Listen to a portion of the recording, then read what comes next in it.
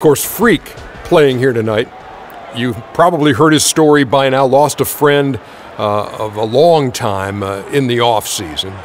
Very tough to deal with, obviously. How hard is it going to be for him to get his focus back, Shaq? It's going to be tough, Ernie. He lost someone that he knew for a long time, and it's going to weigh on him. This will be one of his most trying seasons of his career. Man, I feel for Freak, man. It's not going to be easy. I mean, but it's an opportunity to grow. You know, a lot of guys, Ernie, you put in this position, you know, you just kind of let the court be your refuge, man. Like, this guy is a strong kid. Strong kid. So well said, Kevin. That does it for us. Kevin Harlan standing by. You know, Vic was my brother. Blood couldn't have made us any closer. And everything feels like it just happened yesterday. So I'm just trying to take things one day at a time, you know. I'm very grateful for my family, my teammates and coaches for supporting me during this difficult season. I miss Vic, but I'll press on.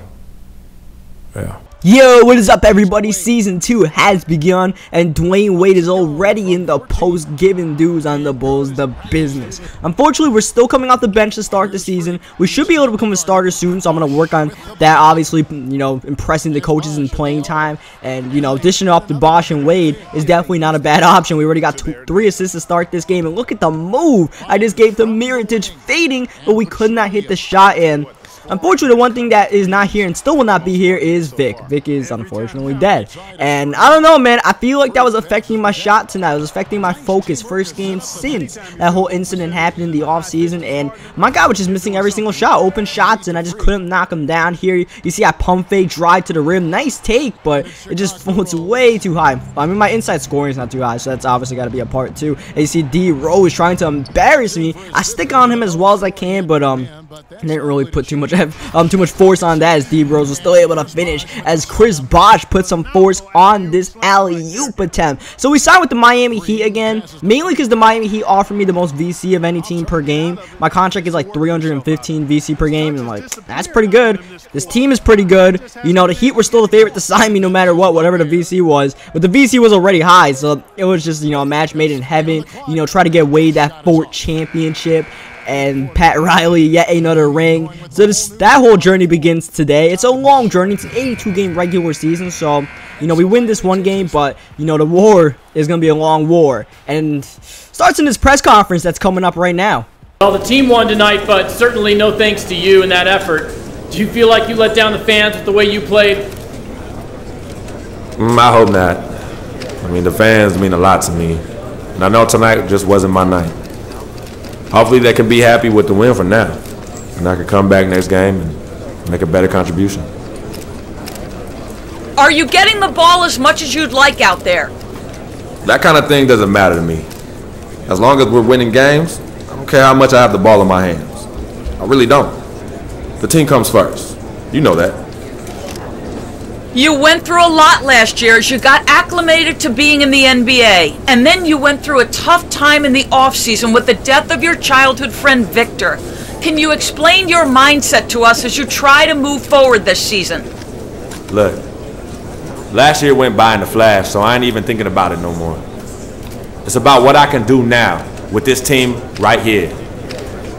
Vic's gone, and sometimes I still can't believe it. But he's in a better place. And that has nothing to do with my play this season. None. So from now on, let's not bring up my past, and let's keep these things in basketball only, all right? I'm ready to take the next step this season, and that's all you need to know. Thank you. In my opinion, of course, just in my opinion, you can never practice enough. You know, even though I've been playing ball my whole life, I'm always finding ways to improve, putting up jumpers, working on defensive schemes. Our coaching staff helps us practice all kinds of game situations so that when the time comes, we'll be prepared.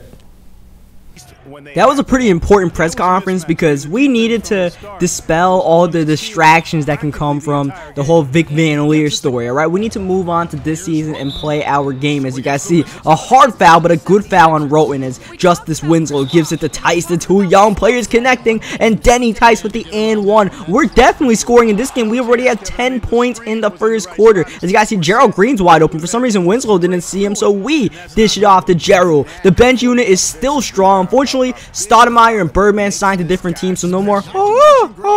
But we still got Gerald Green, we still got Winslow, and we still got Josh McRoberts coming off, so that's, you know, one of the better bench units in the NBA still, as you guys see. But everybody trying to poke the ball loose, and eventually we get it out. Denny Tice on the break. Covington doesn't even try to contest that, and Denny Tice going all the way. Chris Bosh, mid-range jumper is too nice. I mean, think about the team we have. We have Chris Bosh, who can obviously knock down that mid-range jumper, and even the three. We have Gerald Green, who, if you miss a free throw and that man is playing shooting guard, that's 2 points on the lob. Dwayne Wade, you know, Dwayne Wade right here. Whiteside, who's actually a really glitchy center in this game. You know, really good pick and roll center to use. Really excited to play with him. And then Luol Deng, who, you know, probably getting the ball the least out of the starting five, but still, you know, an admirable player. He'll play that good defense. You guys see Gerald Green leaking out and dunking it with one hand right there. And he can knock down that three ball if we need him to, so...